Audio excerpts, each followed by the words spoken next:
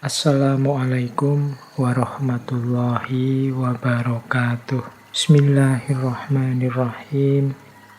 Baik, malam hari ini sebenarnya tema yang beberapa minta saya membahas ini tentang kesendirian. Ini tidak ada hubungannya dengan jomblo atau tidak jomblo ya. Kesendirian saya tidak ngomong di level itu. Bahwa mungkin kalian merasa kok tidak dapat pasangan Pak, itu tidak ada hubungannya dengan itu. Malam hari ini kita agak dalam membahas kesendirian ini. Kira-kira mana yang lebih cocok, lebih pas, atau masing-masing orang ada tipenya. Nah, ini nanti bahan buat teman-teman refleksi. Jadi ngaji kita setiap malam Kamis itu bagi saya mancing teman-teman untuk berpikir. Jangan kesusu ditelan, harus dicerna dulu. Karena obat yang sama tidak pasti manjur untuk semua orang. Karena mungkin masing-masing orang penyakitnya beda-beda. Kadang-kadang kita itu kan kayak ngaji ini kan temanya banyak, isinya macam-macam, terus kita rasanya pingin semuanya. Pingin hebat di semua bidang, dan itu mustahil. Makanya saya buka dengan kalimatnya Simone de Beauvoir. Ini tidak ada hubungannya dengan kesendirian, tapi menarik kalimatnya.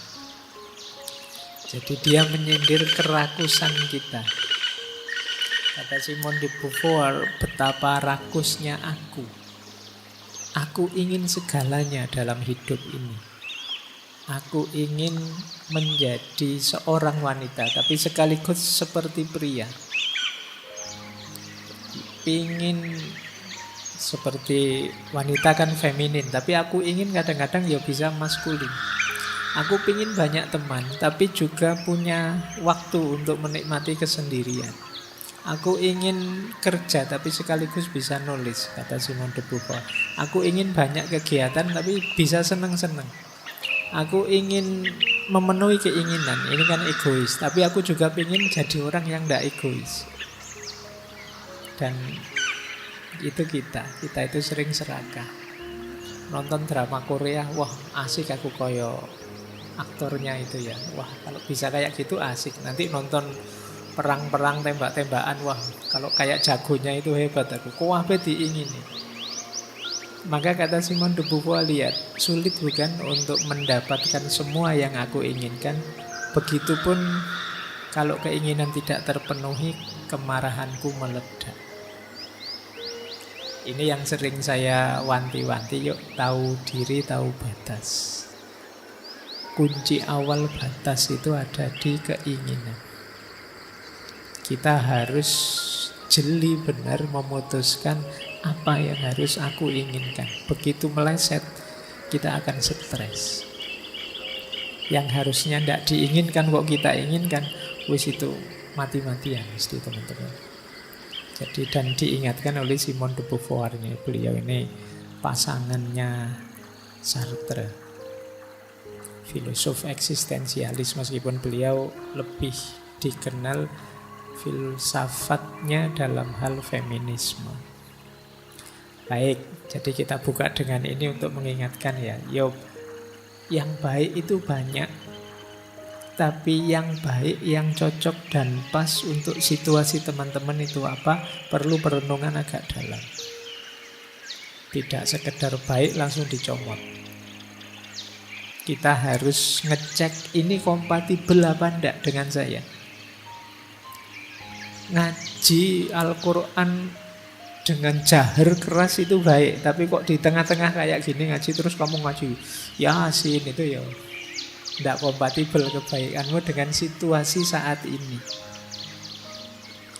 Jadi maka di antara tahu batas dalam hidup itu, kita tahu batas keinginan kita, mana yang harus kita inginkan, mana yang tidak cocok untuk kita inginkan sekarang. Mungkin besok, mungkin lusa, mungkin minggu depan baru cocok.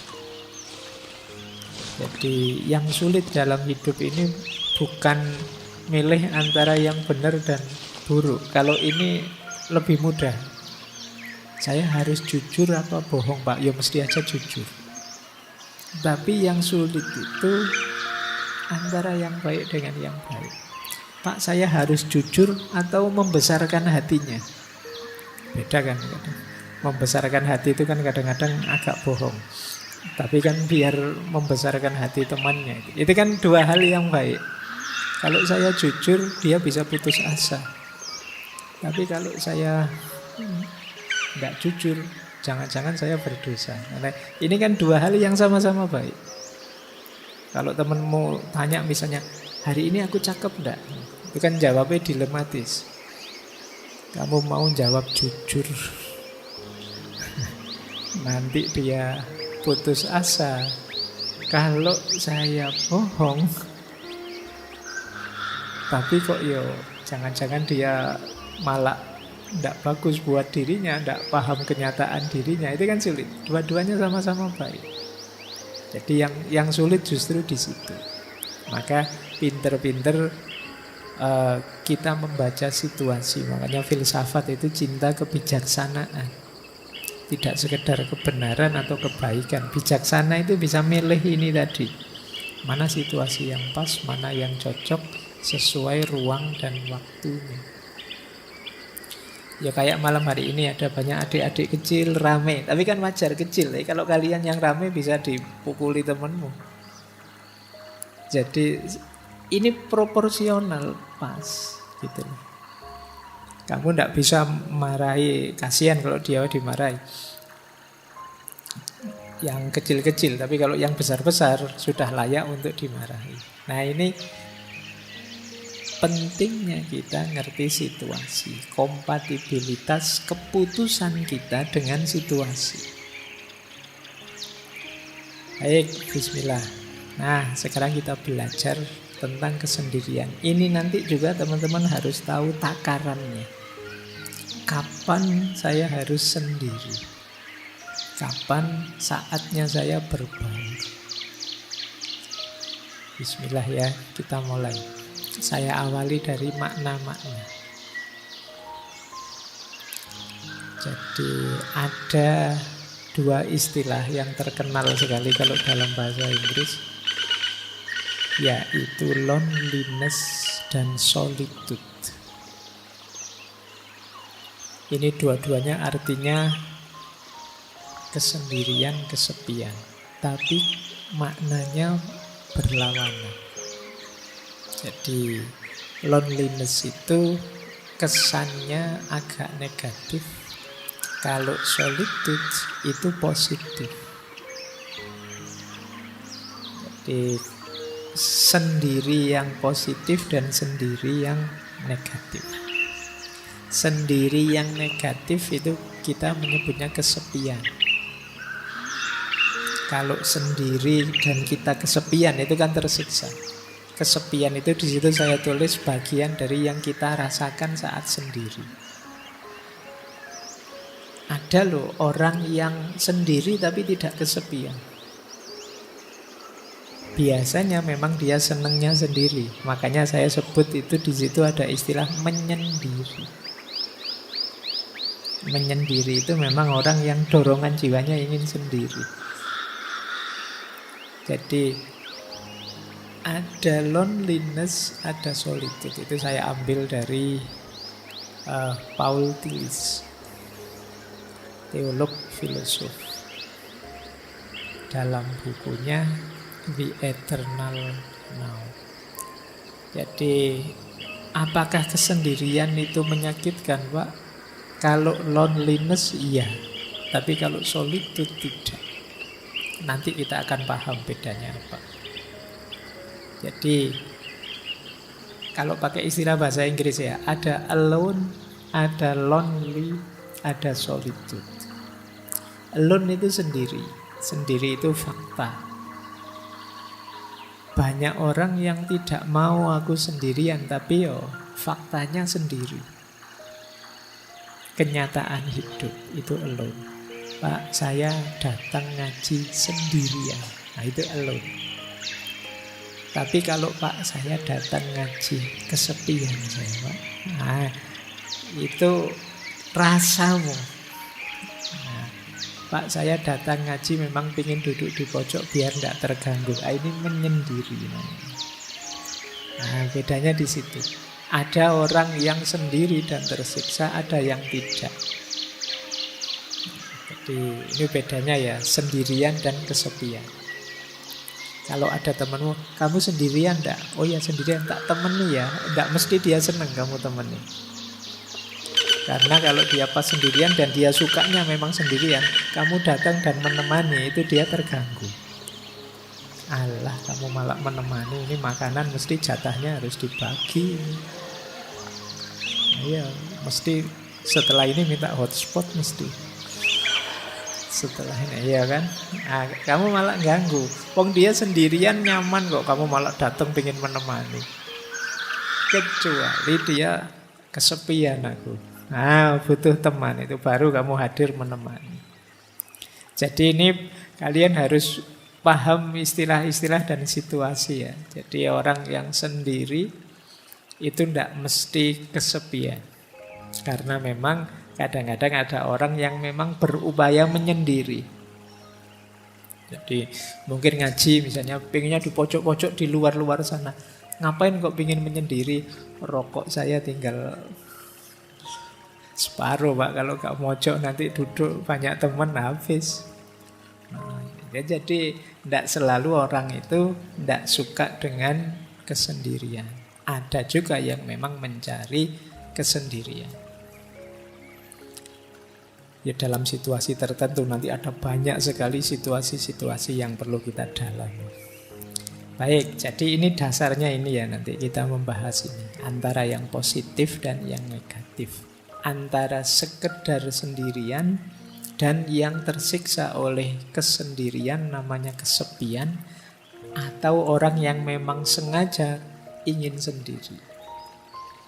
Hari ini banyak yang pakai istilah me time. Oh, berarti ini iya, waktunya buat aku saja. Aku tidak pengen diganggu, tidak pengen. Pokoknya yang aku suka saja menikmati hidupku, diriku sendiri. Baik, kita lanjutkan wawasan selanjutnya. Nah, ada banyak pandangan yang menyebut bahwa hidup ini hakikatnya memang sendirian.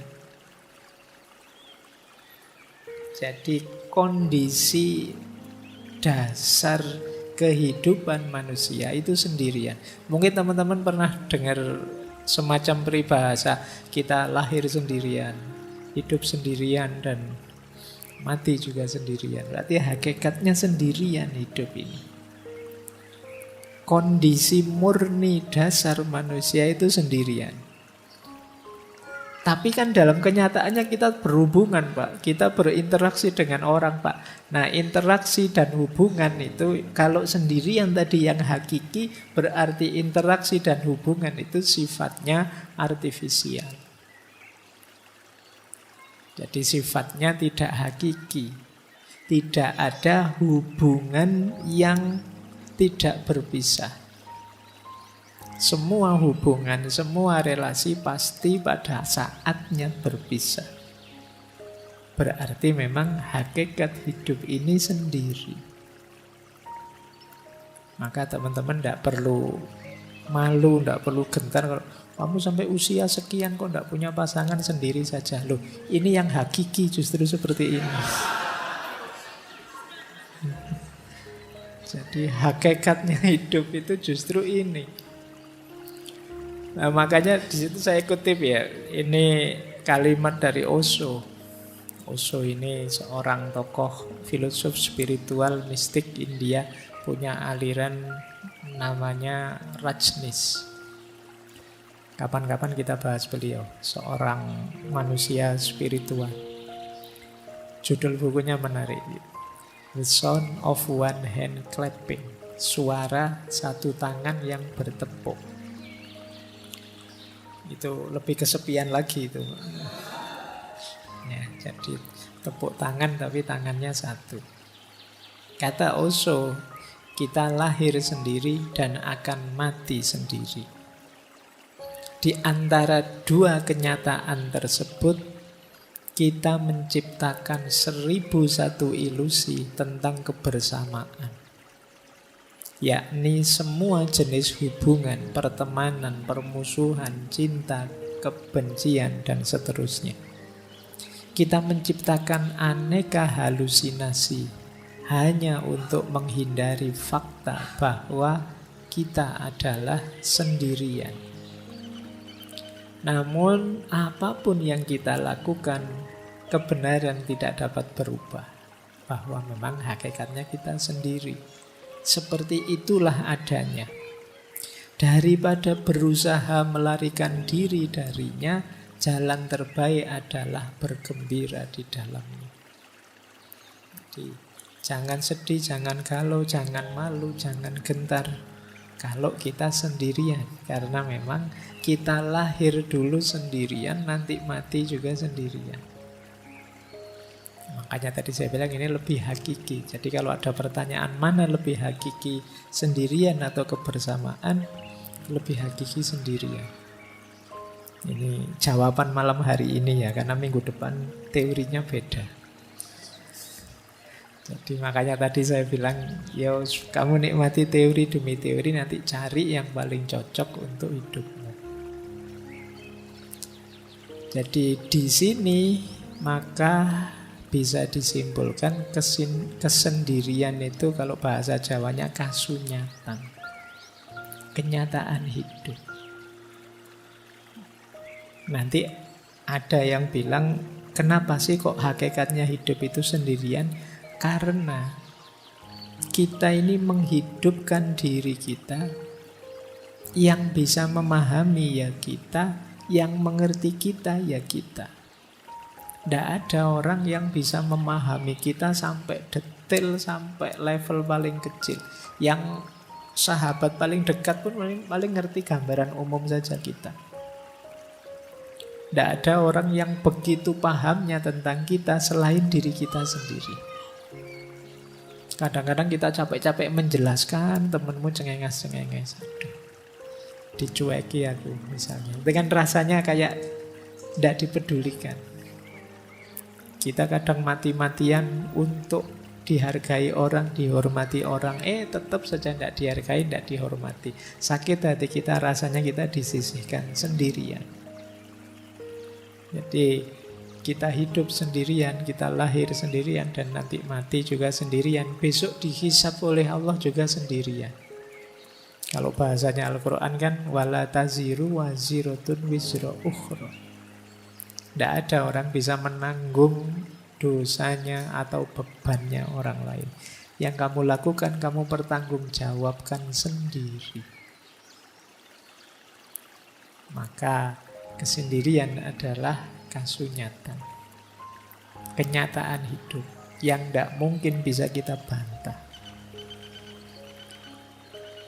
Baik, kita lanjutkan ya. Ini alasnya ini nanti. Kenapa nanti kesendirian itu penting dan menarik. Nah, sebelum masuk ke teori, ini menarik.